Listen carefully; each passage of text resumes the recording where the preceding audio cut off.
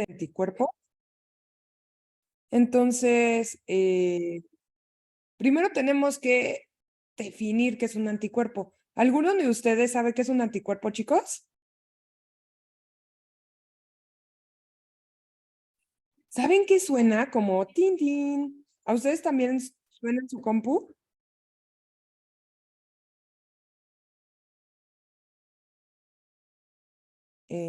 ¿Están ahí, chicos? Sí. Hola, buenas tardes. Hola, Silvia, muy buenas tardes. ¿También a ustedes les suena como una campanita? Como de tin, tin. Sí se escucha eso, pero no aparece como nada. A ver, voy a salir de todo lo que tenga. Sí, o sea, no sé por qué. Creo que es la campanita cuando le damos acceso a alguien. Ah, ok, está bien. Entonces, bueno, ya sabiendo que es porque están entrando, está súper. Entonces, pues empecemos la clase, chicos. ¿Alguno de ustedes sabe qué es un anticuerpo? Sí, no, tal vez. ¿Sí saben o no? Exactamente qué son, como molécula no, pero sí su función. ¿Cuál es su función, Silvia? Pues que realmente están ellos atacando todo lo que se considera, o que ellos, de acuerdo a cómo tenga su estructura, lo consideran como algo que no debería de estar. Sí, muy bien. Un anticuerpo, como dice Silvia, es una molécula que va a detectar o que va a unirse, más bien, a digamos, moléculas extrañas de nuestro organismo. Y estas moléculas van a ser proteínas, chicos. Entonces, estas proteínas van a tener, varias regiones importantes, como sería la fracción de la cadena pesada, las cuales se llaman fracción cristalizable, y una fracción que sería una cadena ligera, a donde vamos a tener una región variable. La parte, digamos, que se va a unir a otras moléculas que son extrañas es la parte variable, chicos, y esa se va a encontrar en la cadena ligera. Esta región específica que se une a las moléculas extrañas, que en este punto vamos a llamar antígeno, se llaman parátopos. Y las regiones del antígeno, es decir, de la molécula extraña que se unen directamente con el anticuerpo, se llama epítope. Pero primero tenemos que hablar de dónde surgen estos anticuerpos. Ya sabemos que son proteínas solubles que están en nuestro cuerpo. Bueno, todas estas vienen gracias a que son generadas por nuestro sistema inmunológico. ¿Y cómo ocurre eso? Bueno, tendríamos que hablar que dentro de nuestra respuesta inmune tenemos como una respuesta inmune adaptativa y una respuesta inmune que va a ser innata. Entonces, ¿alguno de ustedes ha oído hablar de la respuesta inmune innata y de la respuesta inmune adaptativa?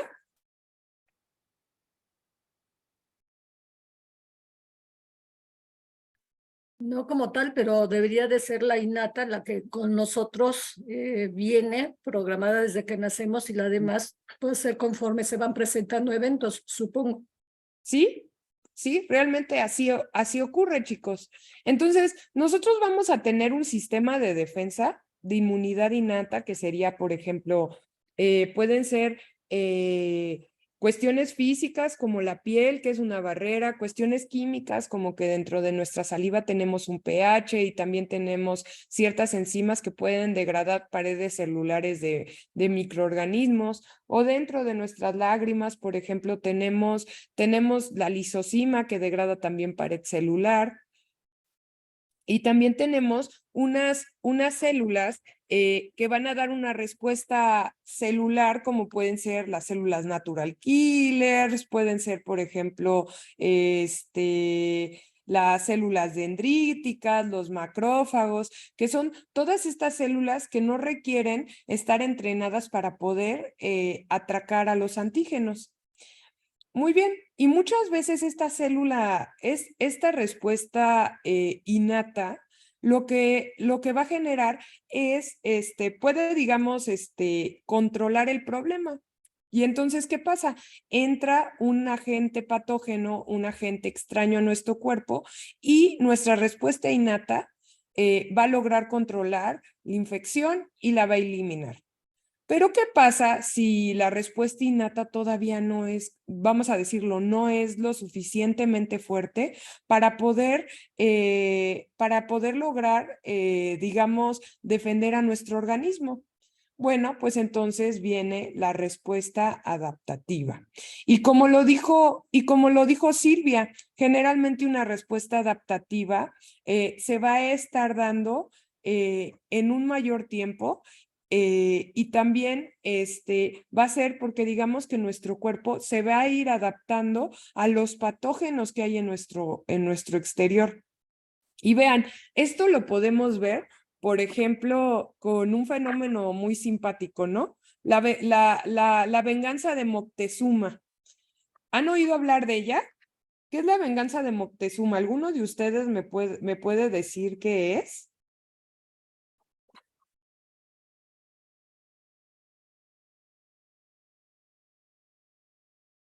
No, ninguno ha escuchado la venganza de Moctezuma. ¿Alguno de ustedes ha tenido algún amigo extranjero que venga y coma aquí en México? Sí, sí he oído de ella, Miss. Es cuando dicen que comen demasiado picante y les da como diarrea. Sí, pero no es tanto por el picante, sino porque ¿qué ocurre? Aquí en México tenemos nosotros pues una microbiota y tenemos también ciertos patógenos que están y que nosotros ya como mexicanos ya nos hemos adaptado. Y entonces, ¿qué ocurre? Bueno, nosotros desde muy pequeñitos hemos tenido esa adaptación. Entonces, ¿qué ocurre? Nosotros, al momento en el cual ya comemos algo, ya tenemos una respuesta montada, la cual nos va a defender. Pero ¿qué ocurre con aquellos amigos que vienen del extranjero? O sea, no importa, ¿eh? No importa de dónde vengan.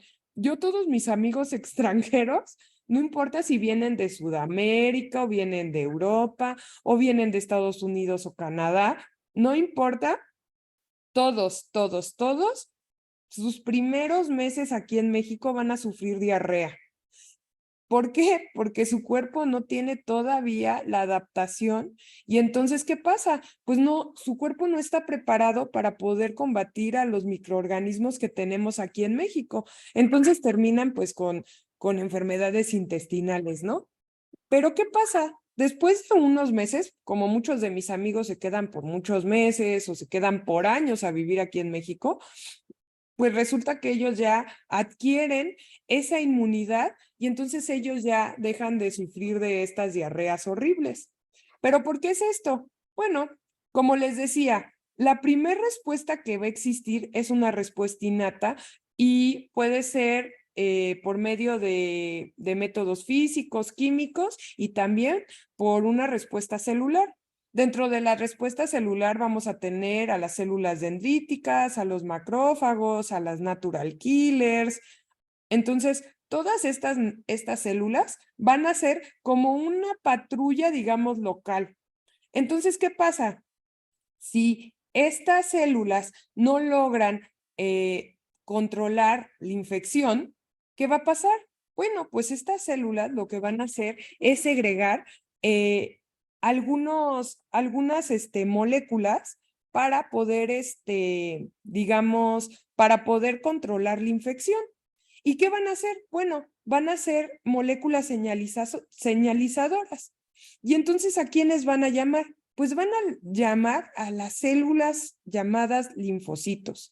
Y dentro de nuestros linfocitos tenemos dos diferentes linajes. Bueno, tenemos más, pero digamos que hablando a grosso modo, tenemos dos linajes. La célula CD4 y la célula CD8. La célula CD4 son las células T que les vamos a llamar helpers, ayudadoras. Y entonces lo que va a hacer es que se van a activar gracias a, a la presentación de antígeno, chicos. Y entonces, ¿qué va a pasar? Va a llegar una célula dendrítica le va a presentar un antígeno y va a haber una propagación de células CD4. Y entonces las células CD4 lo que van a hacer es que a su vez van a presentar un antígeno a las células B. No sé si ustedes han oído que nosotros tenemos células T y células B. La diferencia entre células T y células B es que en el caso de las células T vienen del timo, mientras las células B vienen del vaso. ¿Qué ocurre? Al momento en que estas células CD4 presentan a las células B un anticuerpo, estas células B van a quedar, digamos que impregnadas. Y dentro de su citoplasma, ¿qué va a ocurrir? Bueno, pues se va a empezar a generar una proteína que se va a unir específicamente a ese antígeno que se presentó. Y esas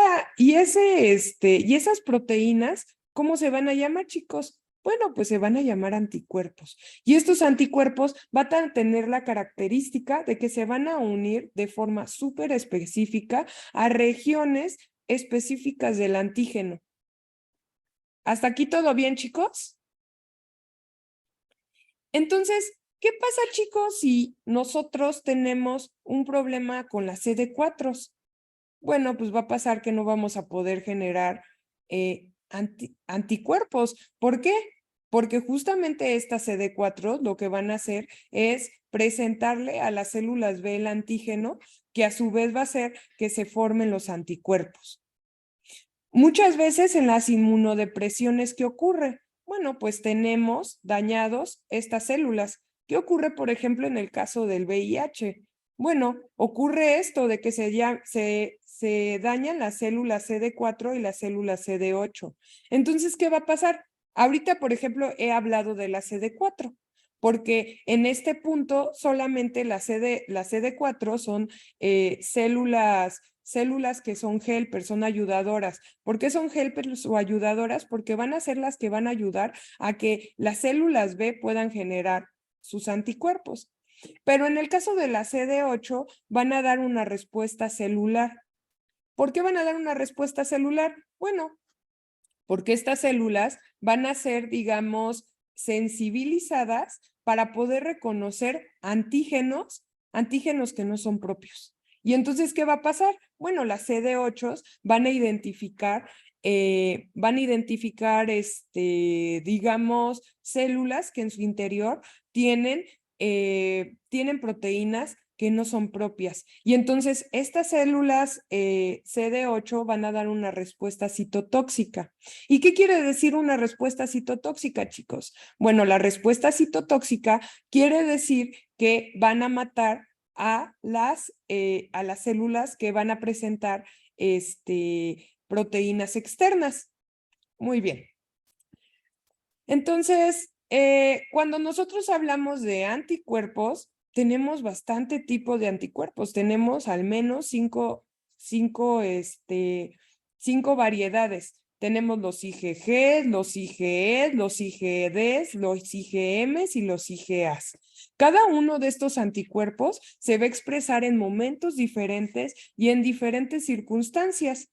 Por ejemplo, tenemos que el IgA y los IgMs son anticuerpos de secreción. Generalmente esos se van a encontrar en la saliva. Y luego tenemos los IgG, chicos. Los IgG son anticuerpos de memoria. No sé si a ustedes en algún punto les han tenido que hacer un diagnóstico generalmente viral y ver, bueno, también puede ser en otra clase de diagnósticos, ¿no? No solamente virales. Pero, por ejemplo, hace no mucho pensaban que mi mamá tenía una infección viral y entonces esta infección era del virus, no recuerdo, creo que era de este virus, ay, espérenme, déjenme recordar, de parvovirus, del virus que causa las paperas. Y entonces el doctor le mandó a hacer un perfil de anticuerpos. ¿Por qué? Porque generalmente cuando tú ya tienes IgGs, quiere decir que tú ya has superado la infección y que no está, y que digamos que ya controlaste la infección. pero si te hacen medición de IgMs y IgAs, son anticuerpos que son, digamos, los anticuerpos que se van a generar en un inicio. Entonces, de esta forma, los médicos pueden saber si tu infección, digamos, ya la superaste o apenas está iniciando. Entonces, bueno, tenemos todos estos diferentes anticuerpos y estos anticuerpos tienen diferentes formas oligoméricas. Tenemos que dentro de las formas oligoméricas de los anticuerpos tenemos los monómeros, que sería la IgD, la IgG, la IgG. Tenemos también los dímeros, los cuales van a ser los IgAs, y tenemos los pentámeros, que son los IgM.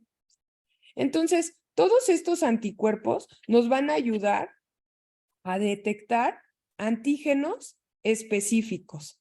Entonces, eso es sumamente importante. ¿Por qué? Porque a partir de la unión con el antígeno pueden ocurrir ciertos eventos importantes, como cuáles, como fagocitosis, como activación del complemento, como digamos neutralización de los antígenos para que, por ejemplo, el patógeno no pueda entrar a infectar las células. Entonces, bueno, cuando hablamos de anticuerpos, vamos a hablar de anticuerpos policlonales y monoclonales.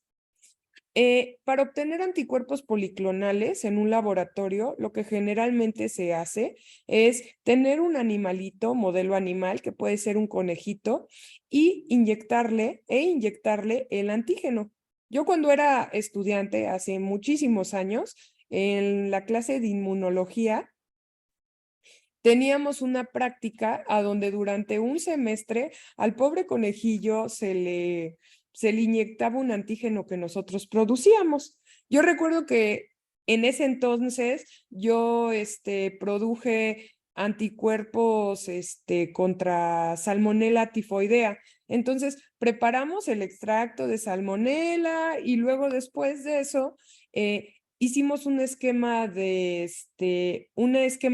inmunización y entonces teníamos que ir checando a lo largo de todo el semestre cómo se iba produciendo el título de anticuerpos. Entonces, ¿qué hacíamos? Lo que hacíamos era sangrar al conejito por la oreja y irle sacando sangre y purificar los anticuerpos y ver cuántos anticuerpos se generaban.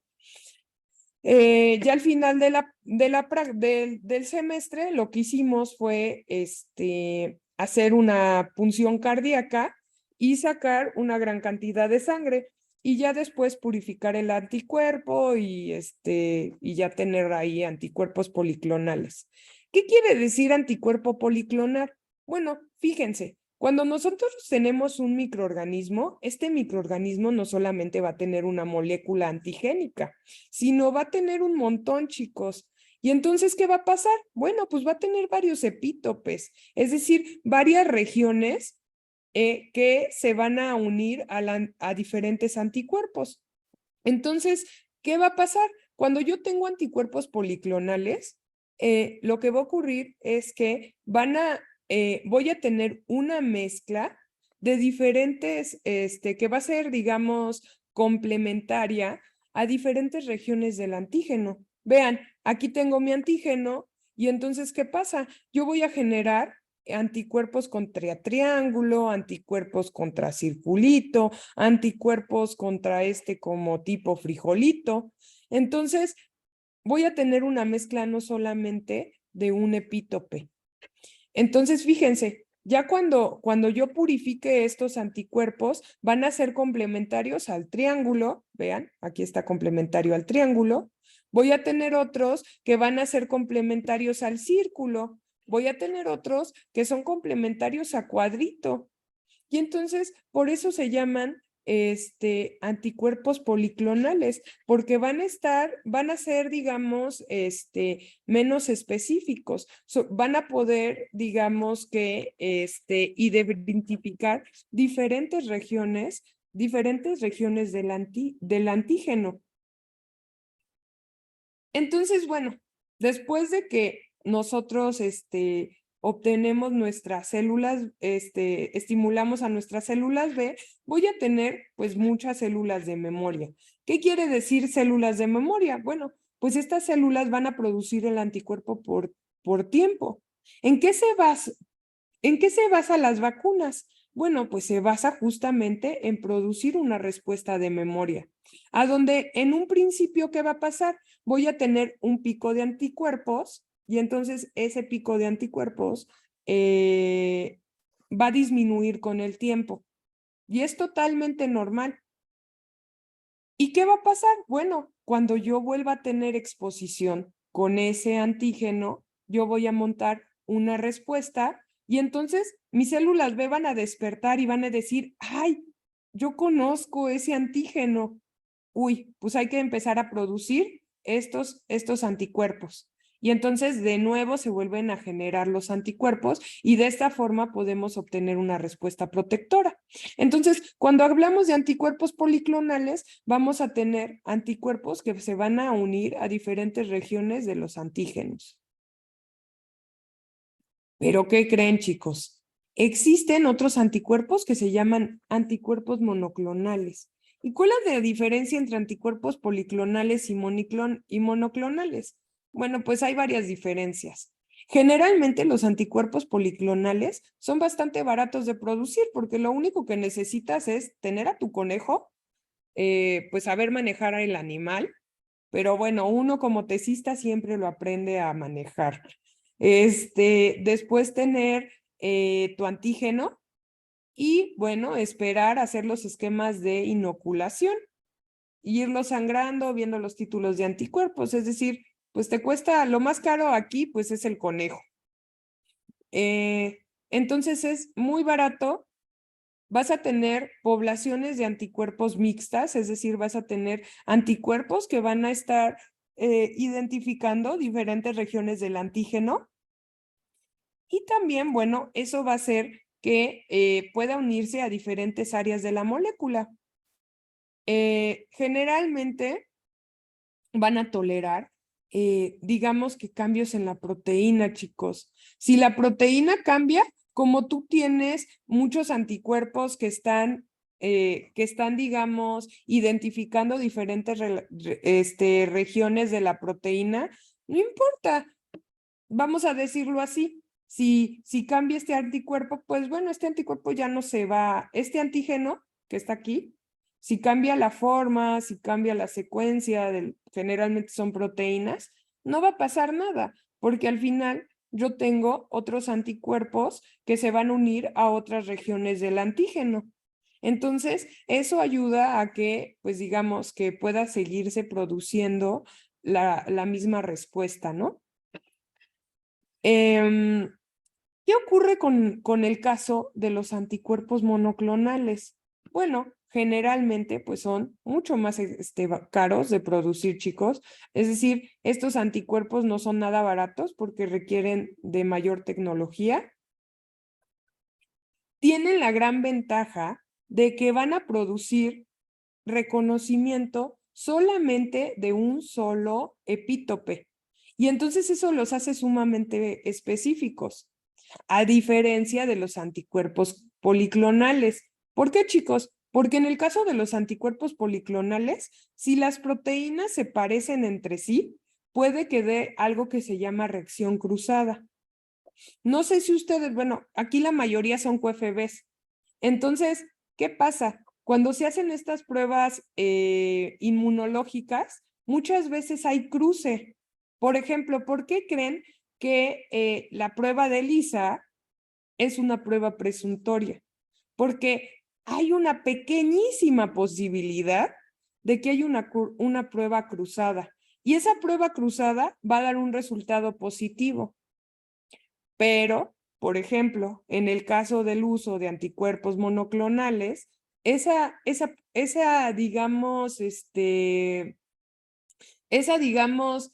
porcentaje a donde había esa probabilidad de error se reduce muchísimo. Entonces, pues sí, estos anticuerpos monoclonales son mucho más caros, solamente van a poder identificar un epítope, solamente un epítope. Eso los hace mucho más específicos y entonces eso elimina muchas veces que existe el riesgo de cruce de reacción. Y bueno, generalmente solamente va a poder reconocer una proteína en específico, no más. Entonces, bueno, eso lo hace a los anticuerpos monoclonales, pues una herramienta muy, muy importante, tanto para la medicina como para el diagnóstico. Entonces, bueno, ¿cómo antes se obtenían estos anticuerpos monoclonales, chicos? Bueno, lo que se hacía era inmunizar a nuestro pequeño ratoncito con un antígeno X y entonces lo que va a generar es, pues va a generar, digamos, células que van a ser las del timo, no diré las del vaso, y entonces estas células del vaso las vamos a aislar. Muy bien. Entonces, lo que vamos a hacer después es estas células que aislamos del ratón, las vamos a hibridar. ¿Con quiénes las vamos a hibridar, chicos? Pues con células de melanoma. Por eso se llama hibridoma. ¿Por qué estas células de hibridoma, chicos? Porque no sé si ustedes han trabajado con cultivos celulares, pero los cultivos celulares, digamos que son inmortales. Cuando tú tienes un tejido que no es, digamos, que no viene de células cancerosas, ¿qué va a pasar? Bueno, pues tiene solamente un número de divisiones celulares que puede llevar a cabo y después el cultivo celular se muere. Por eso, los que hemos trabajado con cultivos celulares, generalmente hemos trabajado con líneas celulares. ¿Y de dónde vienen estas líneas celulares, chicos? Pues generalmente vienen de tumores. Son células cancerosas, chicos. Entonces, en el caso de los hibridomas, siempre son células de melanoma. Entonces, ¿qué vamos a hacer? Bueno, pues estas células tienden a hibridar. ¿Cómo vamos a hacer que hibride? Bueno, pues tenemos que poner en un medio de transferencia. Pero antes de eso tenemos que hacer una dilución. ¿Cómo se va a hacer la dilución? Bueno, generalmente se hacen en estas plaquitas de 96 pozos y entonces lo que se hace es por medio de dilución hacer que en cada pocito solamente quede una sola célula. Ok, tú vas a poner en contacto tus células del vaso y vas a poner tus células de melanoma. Ok, ¿qué va a pasar? Vas a poner además un medio de selección. Bueno, este medio de selección es un medicamento que únicamente las células que han hibridado van a poder sobrevivir. ¿Eso qué quiere decir? Que las células de vaso que no fusionaron con el melanoma se van a morir y que las células de melanoma que no fusionaron con con las células del vaso también se van a morir. Y entonces, ¿cuáles me van a quedar, chicos? Pues solamente me van a quedar aquellas células que hayan hibridado. Y entonces, esas células van a poder solamente producir una sola clase de anticuerpo, ¿ok? Entonces, después de esto, ya que he seleccionado, tengo que expandir estas células del hibridoma. Y entonces, estas células únicamente van a producir un anticuerpo específico a un solo epítope. Muy bien. Entonces, vean, aquí les pongo cómo es la selección para el hibridoma. Tenemos las células del vaso, tenemos las células del melanoma, las ponemos a interaccionar y entonces las células que están en contacto con este medicamento que le vamos a llamar HAT, si no han hibridado, van a morir. Entonces mueren. Las únicas que van a morir, las que van a sobrevivir, son aquellas que han hibridado. Entonces, esta es la forma en la cual se generaban antes anticuerpos recombinantes. Y como ven, pues esto de trabajar con líneas celulares, pues es bastante caro, chicos. Hacer el esquema de inmunización, hay que hacer el esquema de inmunización, sacar el vaso del ratoncito, tener a personas que sean especializadas con manejo animal. Además de eso, pues tenemos que saber, y tenemos que tener todos los reactivos que requieren cultivo celular. La vez pasada estuvimos hablando qué requiere cultivo celular, requiere suero fetal bovino y el suero fetal bovino, chicos, es bastante caro. Entonces, este suero fetal bovino encarece mucho el proceso. Entonces, esta es la razón por la cual los anticuerpos recombinantes son bastante caros. Pero, ¿qué creen, chicos? Hoy en día se pueden hacer anticuerpos recombinantes y se pueden producir, como lo vimos en las clases pasadas, utilizando, digamos, células de insecto, utilizando células de levadura.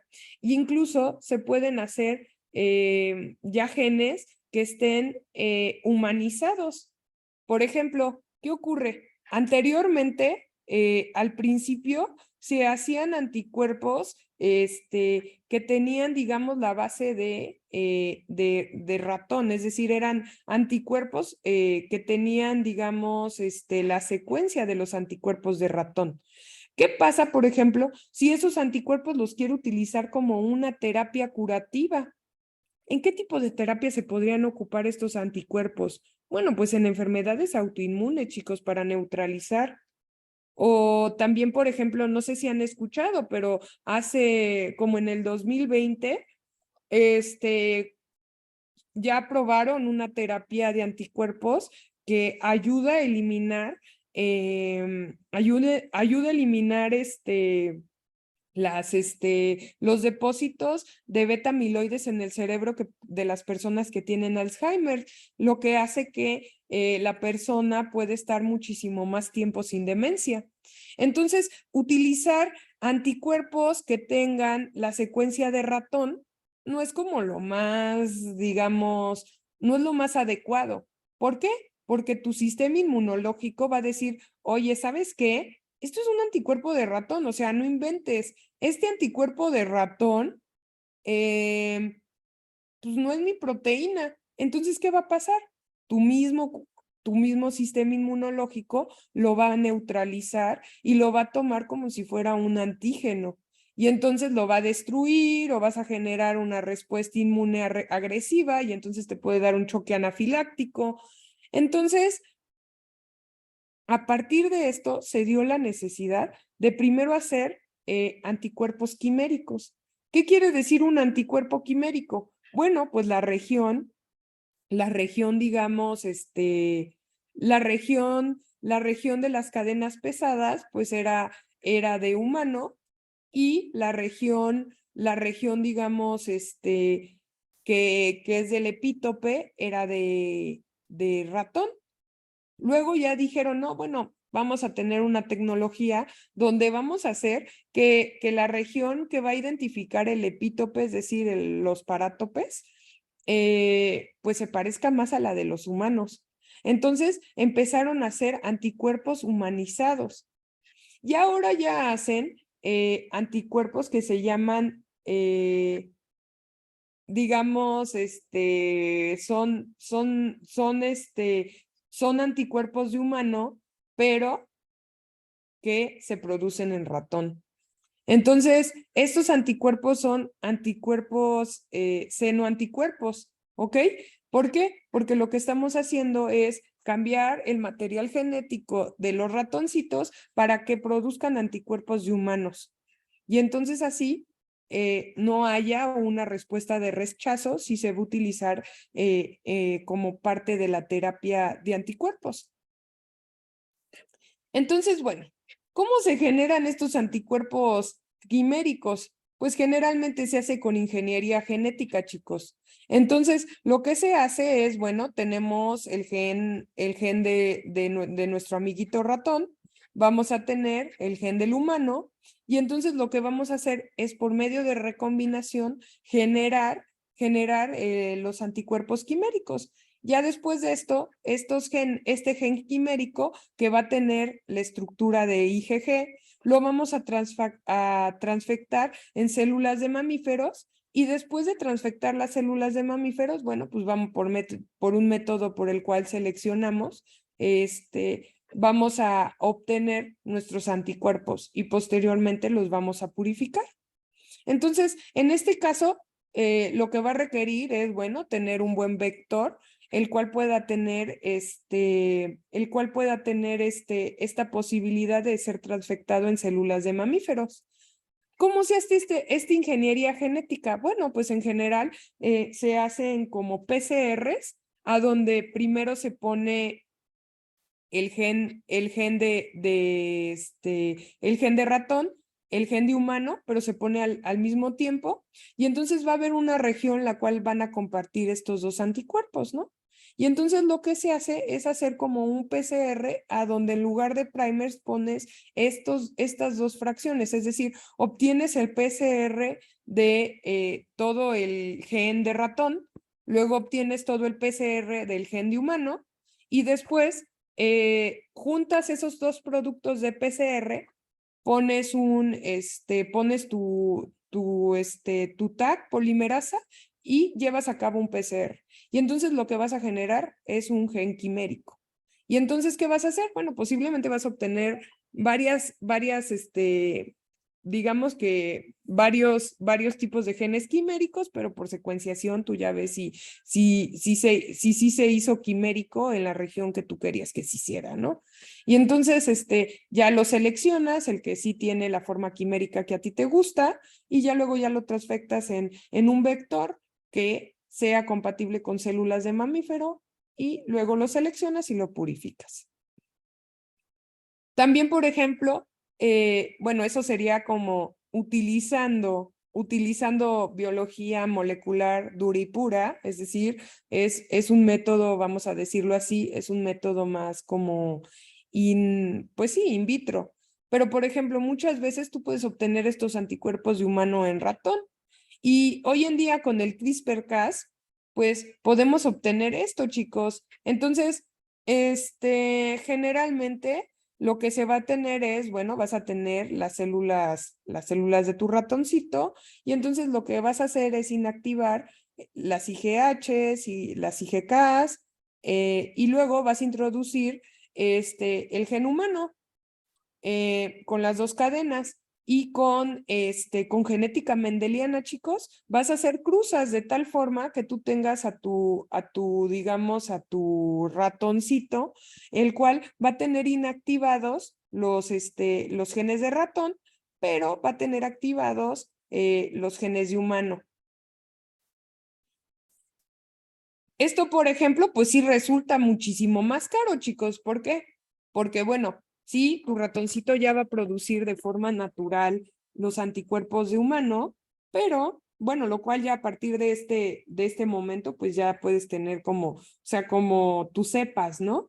Y ya luego ya después de esto los reproduces y ya puedes hacer lo que quieras. Pero obviamente esto requiere, pues, primero, modificarlos genéticamente, que no es tan sencillo, a pesar de que ya existe, digamos, ingeniería genética como la que utilizamos con CRISPR-Cas, que es muchísimo más sencillo, ¿no? Pero después de eso viene toda la parte de genética, a donde tienes que, por varias generaciones, ir seleccionando a los ratoncitos hasta que ya tengas a tu ratoncito mutante que ya tiene todos los locis de humano. Luego también se pueden utilizar ciertos fagos, chicos. ¿Qué son fagos? ¿Alguno de ustedes sabe qué es un fago? ¿Son los virus que transfectan, bueno, que infectan bacterias? Sí, justamente, los fagos son bacterias que infectan bacterias. No, sí, virus que infectan bacterias.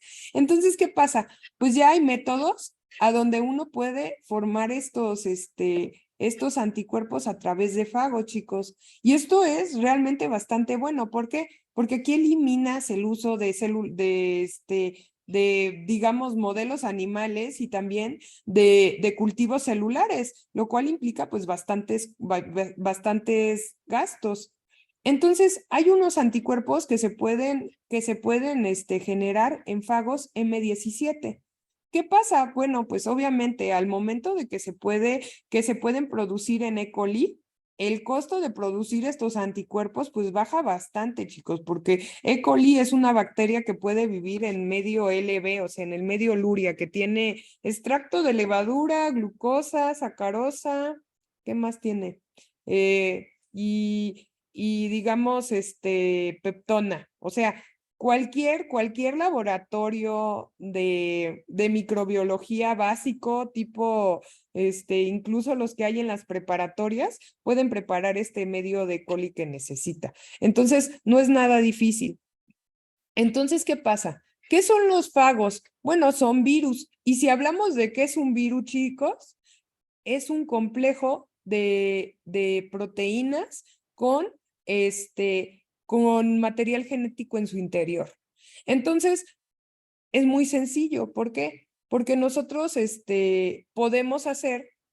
podemos modificar, digamos, el interior del genoma del virus y poner el gen digamos, de nuestro anticuerpo. Entonces, de esta forma, al modificar este gen y empaquetarlo en las proteínas del fago, podemos tener estas partículas virales que van a ser infecciosas. Y al momento en que las ponemos en contacto con células bacterianas, ¿qué va a ocurrir? Bueno, pues va a llevar todo su proceso para replicar su material y producir los genes que están dentro de su genoma. Y de esta forma, ¿qué va a pasar? Bueno, pues vamos a poder producir el anticuerpo, chicos. Entonces, la producción de anticuerpos en el fago M17 es algo bastante útil, chicos, y resulta bastante barato, porque únicamente, ¿qué tienes que tener? Bueno, tienes que tener, por ejemplo, tu librería de genes, a donde vas a tener pues los genes de tus anticuerpos. Después de eso, bueno, tenemos que tener tus fagos. Entonces, por ejemplo, generalmente estos fragmentos de anticuerpo van a estar en el exterior.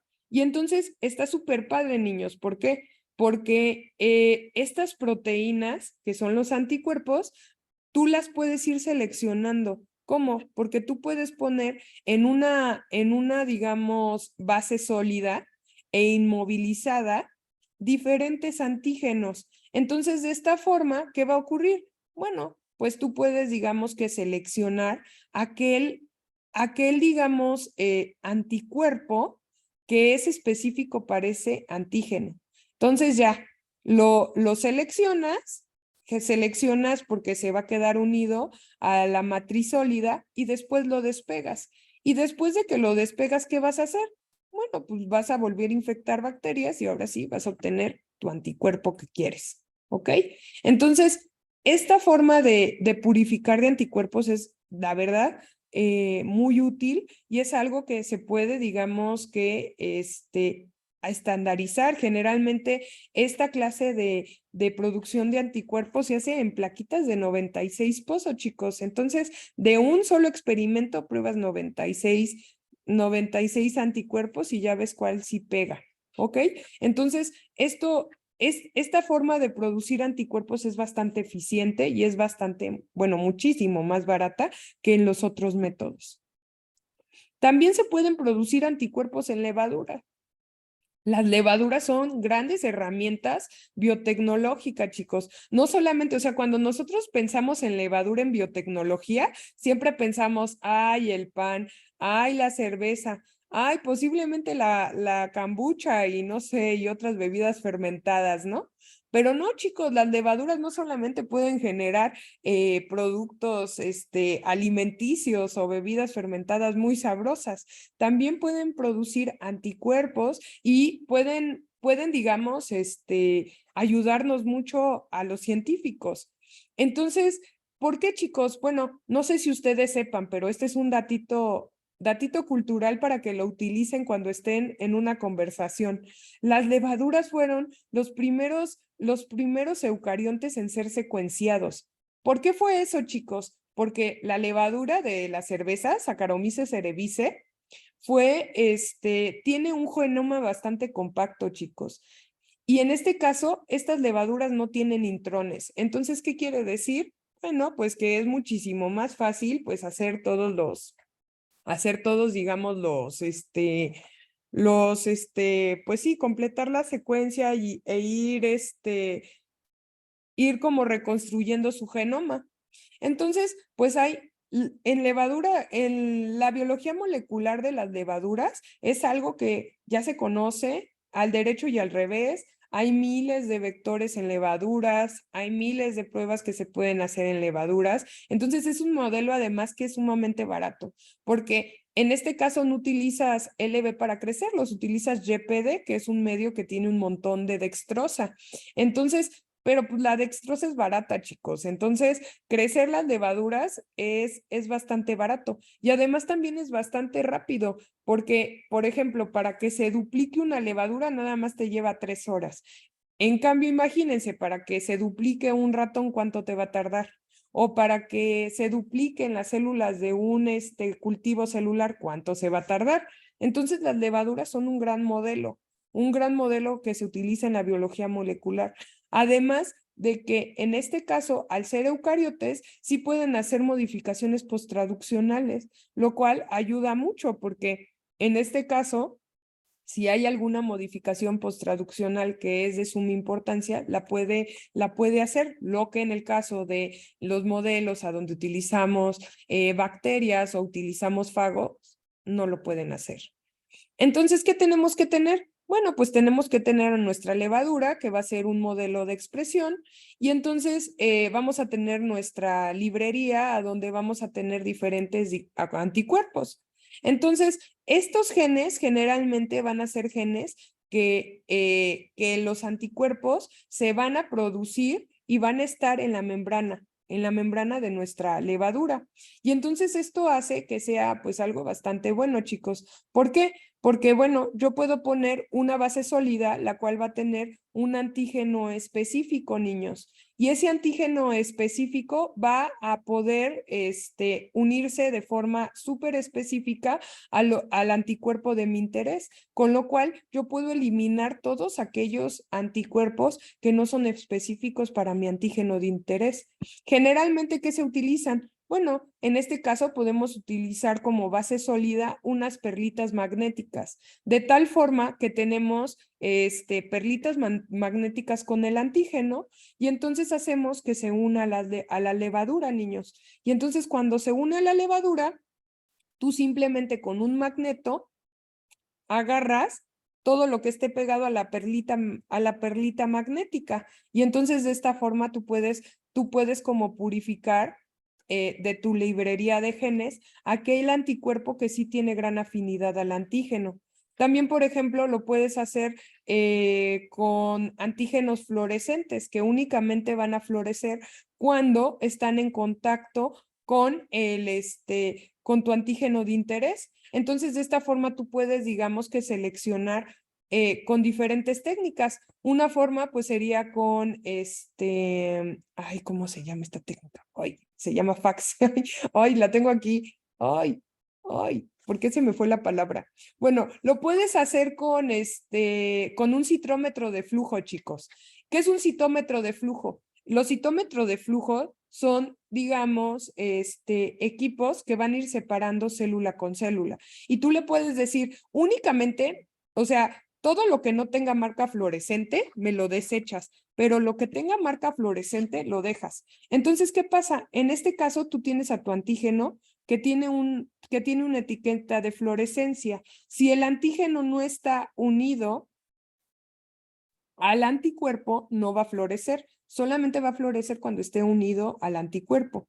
Entonces, ¿qué va a pasar? Tú vas a ir separando célula por célula en este citómetro tus células. Y entonces tú le vas a decir al equipo, sepárame aquellas células fluorescentes. Y entonces el equipo lo que hace es separar las células fluorescentes y enriquecer aquella aquellas células que tienen en su interior el gen que va a producir el anticuerpo que se pega de forma eficiente al antígeno.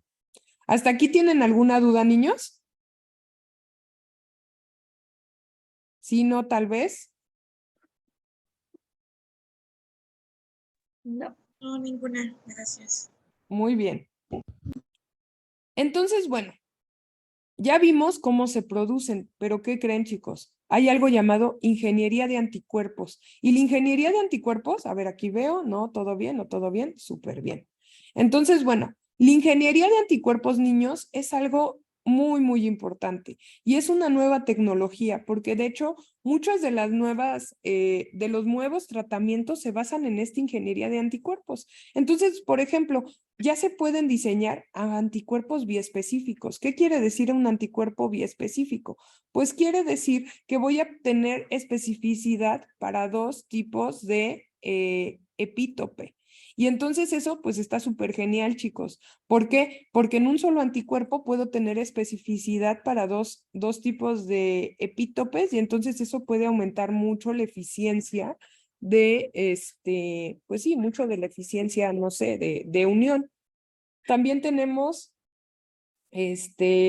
algunos anticuerpos que son biespecíficos, pero que solamente van a tener una sola cadena, y también vamos a tener anticuerpos que pueden ser multiespecíficos, es decir, cada una de estas cadenas va a identificar diferentes epítopes, entonces con esto podemos aumentar, por ejemplo, en las pruebas diagnósticas, la sensibilidad, pero muchísimo, chicos.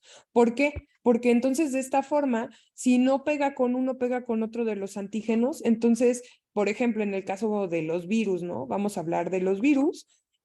Nosotros sabemos que existen epítopes súper específicos para el patógeno, entonces, que en este caso es un virus, pero ¿qué ocurre, no? ¿Qué ocurrió, por ejemplo, con la prueba de COVID?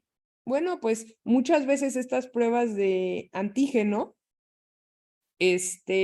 pues detectan de forma muy específica el epítope, que en este caso era Spike. Pero ¿qué ocurre? Los virus tienen una tasa de mutación muy alta y por tanto una tasa de adaptación muy alta y una tasa de evolución también muy alta. Entonces, ¿qué va a pasar? Bueno, pues nosotros, al final estuvimos haciendo una selección en la cual pues se mutó Spike. ¿Para qué? Para evadir al sistema inmunológico con las vacunas, ¿no? Entonces, ¿qué pasó? Empezaron a fallar las pruebas diagnósticas cuando empezaron a surgir como las diferentes variantes del virus. ¿Por qué, chicos? Porque pues generalmente las pruebas pues solamente son para un solo antígeno, pero si nosotros tenemos anticuerpos que son multiespecíficos para epítopes que son súper característicos del patógeno, aumentamos la sensibilidad. Y entonces, no importa que no haya detectado esta cadena al antígeno, porque tengo otros 3 que sí lo van a detectar. ¿Ok? Entonces, pues esto es, digamos, una revolución. Y no solamente se utiliza para las pruebas, digamos, diagnósticas. También estos anticuerpos se pueden utilizar en terapias de anticuerpos para ciertas enfermedades, chicos, para neutralizar. Luego también se pueden hacer cuadroma, chicos, que es hacer hibridomas, hibridación de 2 hibridomas. Entonces, ¿qué quiere decir un cuadroma? Bueno, un cuadroma es hacerlo del hibridoma, pero ahora vas a fusionar estos 2 hibridomas. Entonces, de esta forma vas a tener anticuerpos biespecíficos, monoespecíficos, y generalmente pues los que te vas a quedar son estos biespecíficos. Obviamente ya esto del cuadroma ya está empezando a estar en desuso, porque es muchísimo más fácil generar los anticuerpos recombinantes y hacerlos ya sea en levaduras o ya sea utilizando fagos. Entonces, pero al final esta parte de generar anticuerpos biespecíficos fue la base para poder hacer esta ingeniería de proteínas, niños. Entonces, bueno, ¿Cómo generalmente se pueden hacer anticuerpos biespecíficos? Bueno, pues tenemos, por ejemplo, que son, digamos, independientes de utilizar modelos animales. Bueno, lo que podemos hacer es, por ejemplo, utilizar E. coli y células inmortales, como pueden ser las células Shaw, o sea, cultivo celular. Pero ya quedamos que utilizar líneas celulares es muy caro. Entonces, ¿dónde también los podemos hacer, chicos? Lo podemos también hacer en E. coli, ¿ok? Entonces, ¿cómo podríamos hacerlos? Bueno, lo primero que tenemos que hacer es hacer, digamos, por medio de ingeniería genética, cada uno de los anticuerpos, a donde vamos a tener, digamos, dos plásmidos, uno que va a dar la cadena ligera y otro que va a dar la cadena pesada. ¿Ok? Muy bien.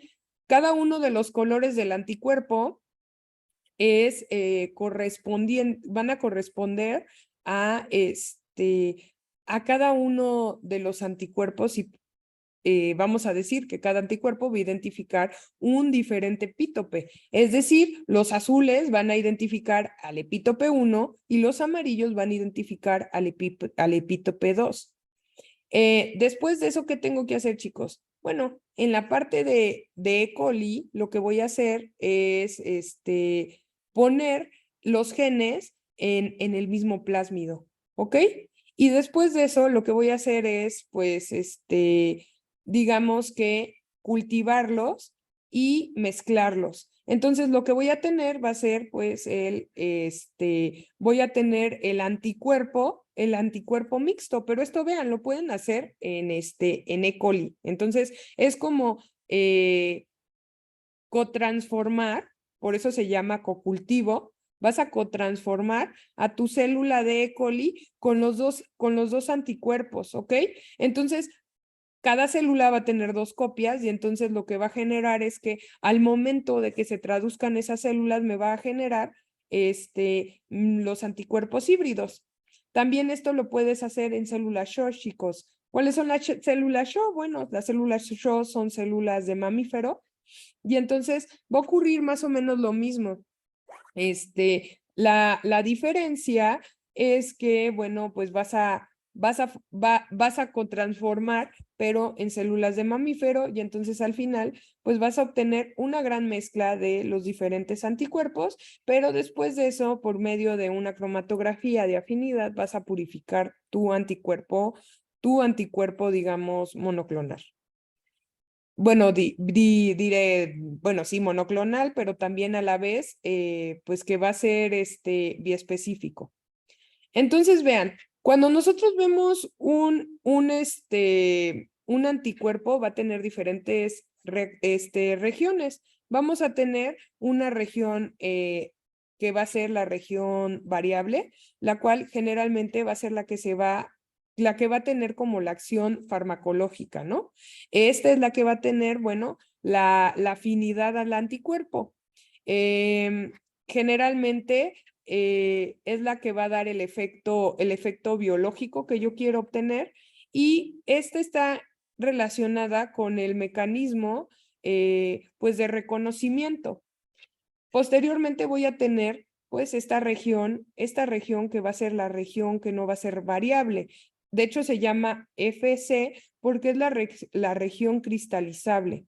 Entonces esta región cristalizable generalmente es la que se va a unir a nuestros receptores de nuestras células inmunes. Entonces, por ejemplo, en el caso de aquellas terapias que están relacionadas con activar al sistema inmunológico, como puede ser en esta nueva droga que les digo que es un anticuerpo que activa el sistema inmunológico para poder eliminar los acumulados de beta-amiloides, lo que va a reconocer las células del sistema inmune del cerebro van a ser esta región FC. Entonces, generalmente esta región FC va a dar, digamos que la citotoxicidad del sistema inmunológico. También, por ejemplo, va a activar pues el complemento, que es como parte de nuestro sistema inmune. Ven que hay una vía clásica y una vía alterna, y en la vía alterna es en esta vía que se activa gracias a la unión de anticuerpos. Entonces, en el caso de los anticuerpos, esta es la región que va a activar justamente al complemento, y entonces de esta forma, pues vamos a matar a estas células extrañas, ¿no? Entonces, bueno, aquí les voy a dar algunos de los ejemplos de cómo se utilizan en la actualidad algunas terapias con anticuerpos. Entonces, una de ellas es, por ejemplo, tienen efecto antitumorales. Entonces, hay varias terapias que ya de hecho ya están aprobadas. Aquí les pongo los nombres de todos de todos los medicamentos que van que están hechos a base de anticuerpos y que se utilizan en la terapia anticáncer. Entonces, vean, por ejemplo, muchas de ellas lo que van a hacer es, digamos, identificar a los tumores, porque se van a unir antígenos específicos del tumor que no se expresan en células no tumorales. Entonces eso, bueno, pues puede activar, por ejemplo, a las células natural killers o a los macrófagos, o también pueden activar también a las células T, con lo cual nosotros podemos, digamos, hacer una respuesta, después una respuesta adaptativa contra las células tumorales. Entonces, esta clase de terapias es prender a tu sistema inmune o ayudarlo a que reconozca aquellas células cancerosas y las pueda destruir.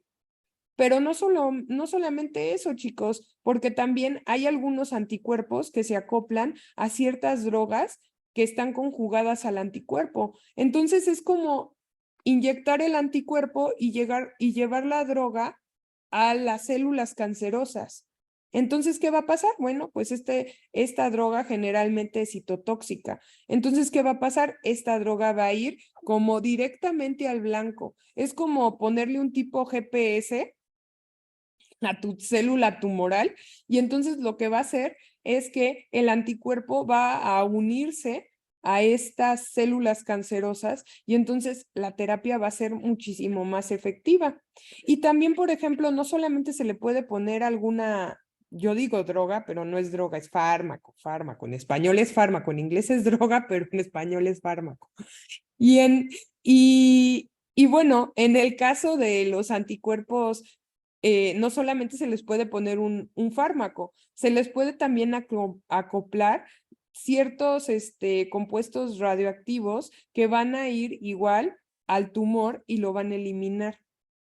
Generalmente, vean, ya se sabe a qué antígenos relacionados con el cáncer pueden ir, ¿no? Por ejemplo, CD20, CD38, EGFR, GD2, HER2, PDGFR-alfa, SLAM7, CCR4, CD20, CD19, CD22, CD30, CD33, HER2, CD20, que son proteínas del exterior del tumor que están relacionadas con células tumorales. ¿Hasta aquí ustedes tienen alguna duda? Por ahora no. Muy bien. Entonces, yo sí. imagínense. Una A ver, pregunta. Silvia, ¿cuál es tu En pregunta? este caso, el uso de este tipo de medicamentos o de terapias, sí tienen efectos adversos también, ¿verdad? Pero muchísimo menos. ¿Por Ok. qué? Porque van directamente a donde van. Y además son mucho más eficientes, Silvia. ¿Por qué? Porque tienen, como les digo, como su GPS, entonces andan ahí los anticuerpos, pero se van a unir directamente a las células tumorales. Entonces, pues digamos que no hay como tanto escape, ¿no? Del sistema. Entonces, sí, obviamente, tener algo radioactivo o tener un medicamento anticanceroso, anticáncer, pues siempre va a tener citotoxicidad, pero digamos que va a ser muchísimo más eficiente y los pacientes van a requerir menor número de esta clase de quimioterapias, ¿no? Y En el cambio, costo es muy alto por el tipo de toda la técnica que nos acabas de mencionar. Pues sí, porque es específico, va a ir y buscar a la célula cancerosa. O sea, va a ser como uno de estos policías FBI que va directo, ya sabe quién es el que le está causando problemas. Entonces, va directamente y se deposita, ¿no? O sea, en el caso de estas terapias que son basadas en anticuerpos, de hecho, las que generalmente ya están en el mercado, ¿cuáles son? Vean, ya son las establecidas. Son estas terapias que van a activar al sistema inmunológico y entonces esas no van a tener ningún efecto tóxico.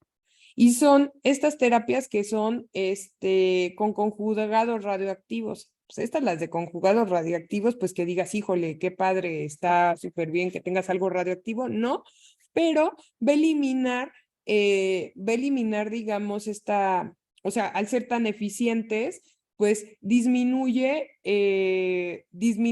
un poco el número de veces que te van a dar este tipo de radioterapias, ¿no?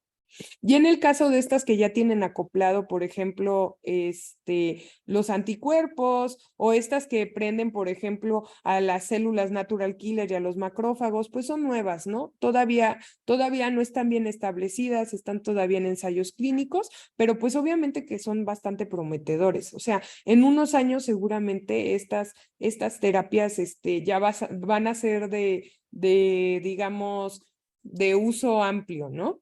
Y es gracias a toda esta tecnología que ha podido crear estos anticuerpos que se unen de forma específica a estos antígenos tan especiales que son de los tumores. Entonces, vean, chicos, aquí les voy a mostrar a lo que hemos llegado. Obviamente, hay como algunas cosas que ya se han hecho con la terapia de anticuerpos que ya se ha llegado. Por ejemplo, tener pues anticuerpos de sangre, expresar antígenos, que puedan limitar, digamos, a ciertos tejidos, también tener proteínas solubles, ¿no? Eso ya está. Por ejemplo, ya tenemos ciertas terapias que pueden bloquear ciertos receptores y también, por ejemplo, tenemos derivados de pues sí, de algunas células, como puede ser TNF, GER, EGFR, CD4, ¿no? Eso ya se tiene. Pero tenemos otra clase de cosas que todavía no están tan fáciles de llegar, ¿no? Por ejemplo, tener proteínas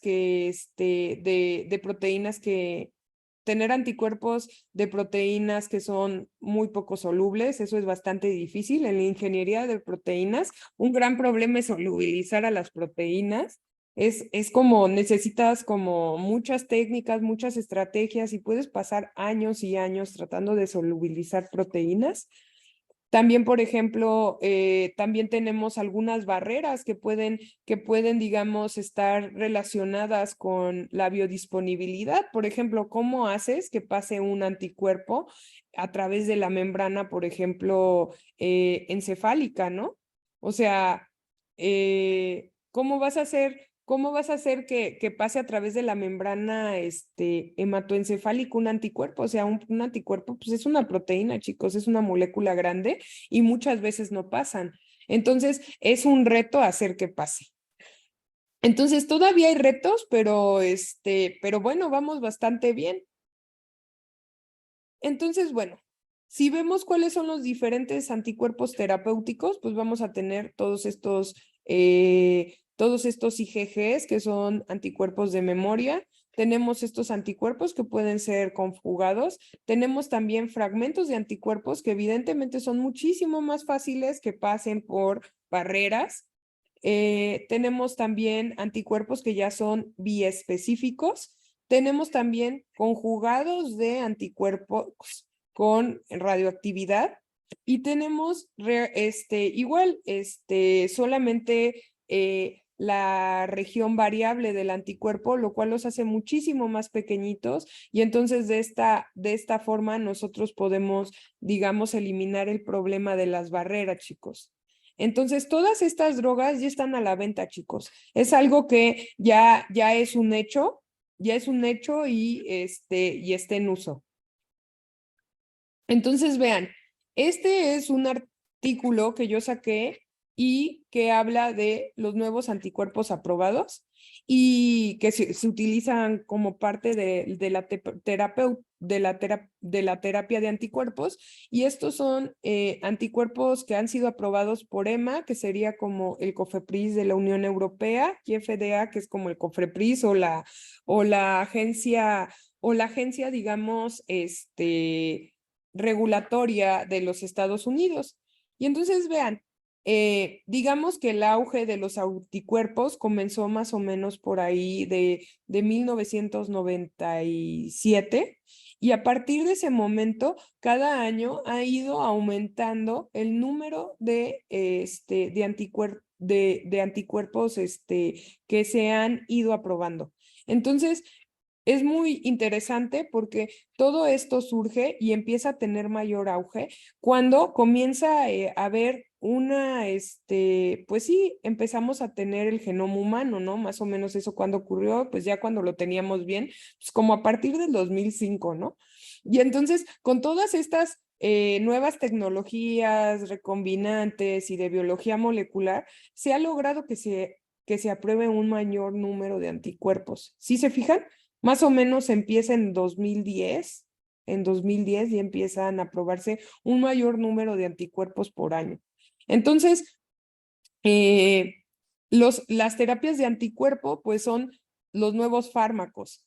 Por eso, no sé, no solamente porque yo soy ingeniera de proteínas, pero es muy importante que nosotros como personal de salud entendamos que la tecnología de proteínas está en boga y que muchos de los nuevos tratamientos va a ser basada en tecnología de proteínas. Un ejemplo básico es estos anticuerpos que ya son diseñados. Entonces, vean, chicos, por ejemplo, ahorita hay una terapia anti-VIH posexposición. Bueno, está ahorita como en pruebas, y entonces lo que hace es prevenir que una persona que estuvo expuesta al virus de VIH tenga la enfermedad. Entonces, esto en realidad se basa en un anticuerpo que es capaz de bloquear al virus para que pueda infectar. Entonces, la persona, además, en este caso, esta clase de terapia post-exposición, pues puede ser una muy buena estrategia para prevenir infecciones cuando tenemos, por ejemplo, virus que han sido virus resistentes, ¿no? Entonces, una persona que, por ejemplo, uno que es personal de salud, tiene algún accidente con algún paciente que tenga VIH, bueno, pues puede ser útil, ¿no? O una persona que sufrió abuso sexual y que no queremos que se infecte, también puede ser útil. O una persona que tuvo un comportamiento de riesgo y, bueno, pues no quiere infectarse, puede ser muy útil esta clase de terapia. Oiga, profe, Mande. en este caso, este tipo de terapia también se podría aplicar a los neonatos para evitar precisamente el contagio. Sí, claro que se podría aplicar, pero por ejemplo, en el caso de los neonatos, los últimos datos que yo obtuve, bueno, es que no es que yo esté muy, bueno, sí estoy un poco al pendiente porque una de mis mejores amigas, ella investiga el VIH, y yo de hecho hice también mi tesis con VIH. Yo lo hice en un lugar que se llama el CIENI, que es el Centro de Investigaciones de Enfermedades Infecciosas. Entonces, bueno, pues más o menos, pues ahí le sé algo, ¿no? Entonces, hace no tanto, yo leí en el periódico que desde hace como, no sé, unos 10 años, sí, más o menos, hace unos 10 años, no hay infección de VIH de madre e hijo debido a las terapias las terapias antirretrovirales que se les da a la madre, y también porque a todas las mujeres embarazadas en el Seguro Social, por protocolo, siempre se les hace la prueba de VIH. ¿Para qué? Para detectar si están infectadas con el virus y de esta forma, antes de darles, digamos, antes que nada, darles el tratamiento y de esta forma eliminar el riesgo de contagio de VIH por vía vertical. Entonces, hoy en día, digamos que los niños que nacen en el Seguro Social, y estoy casi segura también en el sector salud, no se contagian de VIH porque parte del protocolo para que te atiendan ahí tu parto y todo es que te hagan prueba de VIH y en dado caso de que tú tengas VIH, que te den el tratamiento. Recordemos que aquí en México el tratamiento es gratuito. Entonces, eso ayuda mucho a que las personas que tienen, digamos, la infección, pues, se puedan controlar. Entonces, chicos, si ustedes, todos los que tenemos vida sexual activa, que pues, creo que somos todos, ya cuando eres adulto, pues somos todos, ¿no? No hay que tener miedo de hacernos la prueba. ¿Por qué? Porque gracias al cielo la tecnología ha avanzado un montoncísimo y entonces, gracias a eso ya existen terapias antirretrovirales que hacen que la persona tenga la misma esperanza de vida y la misma calidad de vida que una persona que no tiene VIH. Pero ¿cuál es el problema?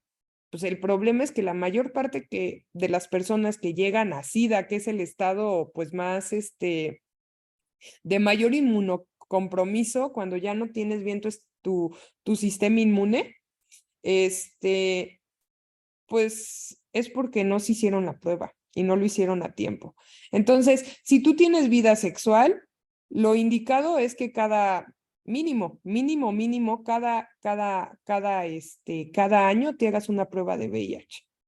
Si tienes seguro social, en el seguro social, como parte de la estrategia de Prevenims, te hacen prueba de VIH, te hacen prueba de hepatitis y también te hacen prueba de sífilis. Bueno, generalmente la prueba de VIH y de sífilis, mis amigos QFBs que trabajan en clínico sabrán que ya está bien en el cassette. ¿Por qué? Porque generalmente alguien que tiene VIH hay una gran probabilidad de que tenga sífilis, porque vienen como en parejita. Entonces, no tengan miedo, chicos, no tengan miedo de hacerse la prueba. Es peor no saber y entonces ponerte mal porque no te trataste y puedes, tener, primero, contagiar a más personas. Segundo, tu sistema inmune, a pesar de que ya cuando tengas SIDA se te dé el tratamiento y te puedan salvar, al final se va a inmunocomprometer, es decir, va a estar más comprometido y entonces puedes tener como más daños que si tú lo detectas a tiempo y tomas el tratamiento y vives una vida normal. Entonces, sí es aconsejable hacerse la prueba, chicos. Pero bueno, después de este info comercial, vamos a seguir con la clase. Entonces, bueno, tenemos también anticuerpos que también son antitumorales, chicos. Entonces, estos anticuerpos antitumorales generalmente lo que van a generar son varias respuestas. Una es una respuesta citotóxica que lo que va a hacer es que lleguen, por ejemplo, las células natural killer que van a detectar los anticuerpos y entonces de esta forma van a destruir al tumor.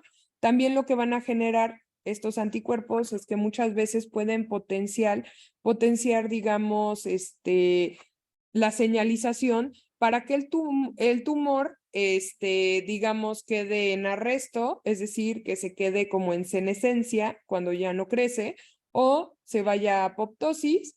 También puede activar la vía de complemento, porque recordemos que en esta vía alterna, el complemento se activa cuando identifica anticuerpos y también, por ejemplo, podemos tener esta terapia a donde lo que va a ocurrir es que podemos acoplar un isótopo radioactivo que va a ir directamente al tumor y entonces de esta forma matar a estas células. Entonces, estas serían como en resumen todos los efectos que un anticuerpo antitumoral puede funcionar. Y vean, aquí les pongo la terapia de anticuerpos anti-Alzheimer. Y entonces, lo que se hace, bueno, es tener unos anticuerpos antiamiloides que se van a dar en una infusión. Entonces, estos anticuerpos tienen la ventaja de que van a atravesar la barrera encefálica, bueno, hematoencefálica. Entonces, ¿qué va a generar? Bueno, lo que va a generar es que estos anticuerpos se van a unir a los beta-amiloides y entonces hay unas células que nosotros tenemos en el cerebro que son parte de nuestro sistema inmune. Entonces, lo va a activar al sistema inmunológico y lo que va a generar es que estas células del sistema inmune las van a deshacer estos digamos, estos agregados de beta-amiloide. Entonces, al final, lo que se va a promover es que estas placas de beta-amiloide se remuevan. Y es muy importante porque, chicos, a mayor agregados de beta-amiloides tenga una persona con Alzheimer, lo que va a generar es mayor daño neuronal y mayor daño, obviamente, en el cerebro de la persona. Y entonces esto va a generar la demencia. Entonces, ¿qué pasa? Esta clase de terapias no son curativas.